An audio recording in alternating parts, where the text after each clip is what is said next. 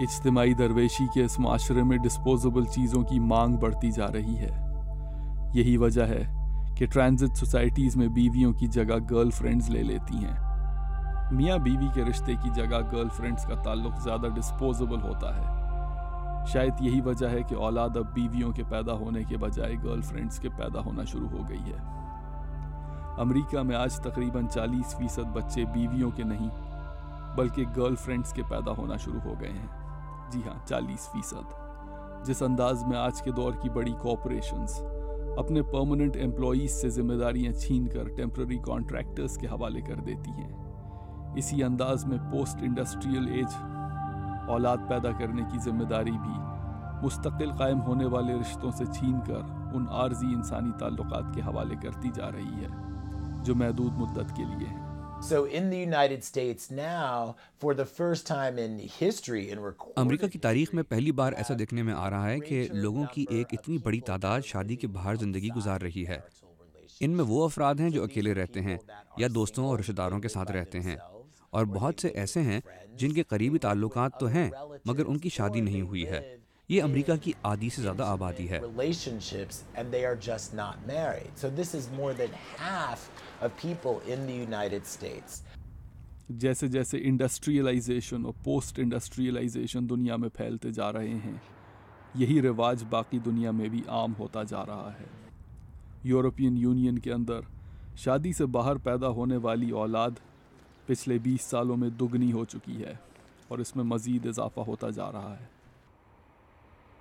مگر انڈسٹریل دور اور پوسٹ انڈسٹریل دور صرف امریکہ اور مغرب تک محدود نہیں. یہ دو ادوار لہروں کی طرح باری باری ساری دنیا پر سے گزرتے جا رہے ہیں. یہ جہاں جہاں جا رہے ہیں وہی معاشی مسائل لے کر جا رہے ہیں جنہوں نے مغرب میں اتنی بڑی مورل ریسٹرکچرنگ کی. Things about working in the field of marriage and unmarriage is discovering how many نکی گرسٹ کا تعلق آلٹرنیٹیوز ٹو میرج پروجیکٹ سے ہے. یہ ایک ایسا ادارہ ہے جو امریکہ میں غیر شادی شدہ جوڑوں کو وہی حقوق دلانے کی کوشش کرتا ہے جو شادی شدہ جوڑوں کے ہوتے ہیں.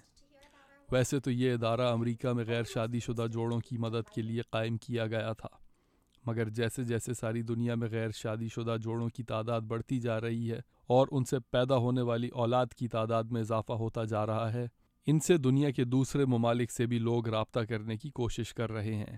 we are very frequently contacted by people in other countries. اکثر ہم سے دوسرے ممالک کے لوگ بھی رابطے کرتے ہیں. مجھے جس بات پر حیرت ہوتی ہے وہ یہ کہ ہمیں اکثر لوگ بھارت اور پاکستان سے بھی کانٹیکٹ کرتے ہیں. یہ وہ علاقے ہیں جہاں معاشی تبدیلیاں وہی رواج پیدا کر رہی ہیں جو امریکہ میں 50 سال پہلے ابھرنا شروع ہو گئے تھے. That are actually quite similar to the trends that the United States experienced just 50 years ago. نکی یہ سمجھتی ہیں کہ جیسے جیسے پاکستان ایک زرعی دور سے نکل کر انڈسٹریل اور کمپیوٹر ایج میں داخل ہو رہا ہے، وہاں بھی وہی مسائل پیدا ہو رہے ہیں جنہوں نے امریکہ اور مغربی ممالک سے شادی کے نظام کو کمزور کیا تھا. There are some very recognizable patterns of international development that apply.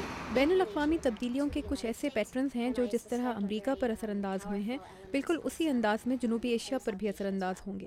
ان میں سے ایک تو یہ کہ عوام آہستہ آہستہ تعلیم یافتہ ہوتی جا رہی ہے، یعنی وہ زندگی کا بڑا حصہ اسکولوں میں گزارتے ہیں. ان کی خود مختار زندگی اس وقت تک شروع نہیں ہو سکتی جب تک کہ ان کی تعلیم ختم نہ ہو جائے، اس لیے شادیاں بہت دیر سے ہو رہی ہیں. They can't start their after school lives until of course school is finished. So that delays marriage. اس کے ساتھ ساتھ ایک اور تبدیلی بھی آ رہی ہے. خواتین نے گھروں سے باہر ملازمتیں شروع کر دی ہیں. اس کے ساتھ ہی زندگی کے عام اخراجات میں اضافہ ہو رہا ہے، Starting to become income earners outside the اور وہ بھی home. اس طرح کہ اگر آپ بچے پالنا چاہتے ہیں تو ضروری ہے کہ 2 لوگ کمانے والے ہوں. Are going up, costs of living.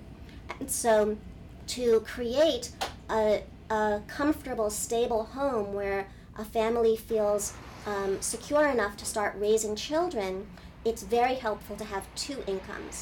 So we have women starting to earn incomes, and that means that they're starting to become independent as individuals. But to create a big enough home to start a family, they want to have 2 incomes together. So that means both women and men have to be not only earning income, but earning a decent income.